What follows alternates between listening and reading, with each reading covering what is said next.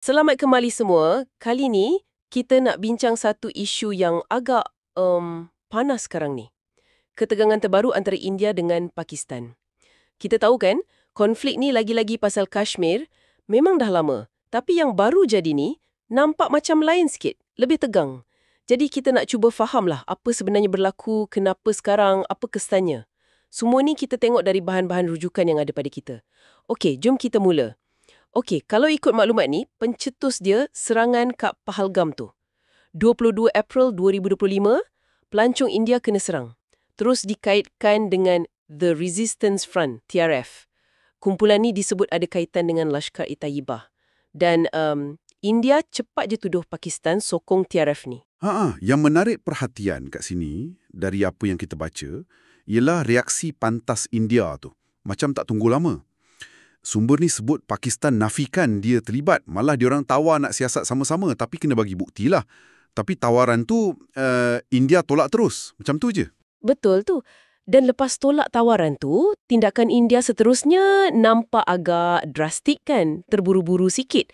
Macam halau diplomat Pakistan, lepas tu gantung perjanjian kongsi air.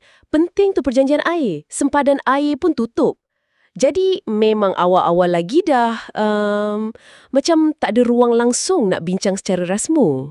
Ya, bila dah tak ada ruang diplomatik itulah, ia buka jalan kepada apa yang disebut Operasi Sindoh. Tanggal 6 Mei, laporan ni kata India serang 9 lokasi dalam Pakistan guna peluru berpandu.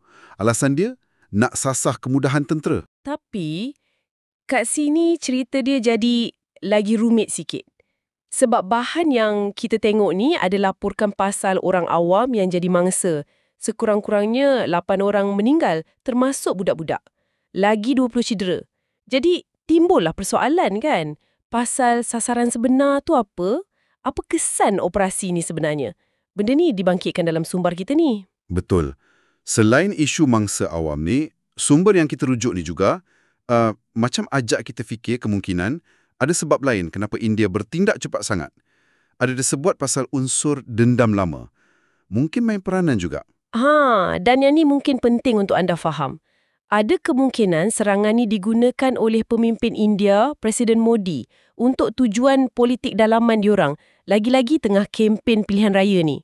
Sumber kita ni kaitkan dengan sentimen anti-Islam yang dikatakan diguna sebagai strategi. Ini pandangan yang ditekankan dalam bahan rujukan ni lah. Kalau kita tengok gambaran lagi besar dari maklumat ni kan, sumber ni tunjuk juga macam mana isu agama ni dimainkan, terutama kat media sosial oleh setengah pihak kat India sana. Macam nak gambarkan konflik ni isu agama pula. Benda ni tunjuk betapa rapuhnya keadaan geopolitik kat rantau tu dan senang sangat naratif ni dibentuk atau dimanipulasi. Penting ni pemerhatian ni. Jadi apa yang kita boleh simpulkan setakat ni untuk anda? Dari bahan yang kita ada ni nampak macam satu situasi di mana tindakan tentera tu cepat sangat. Ruang diplomasi ditutup awal. Lepas tu ada laporan mangsa awam.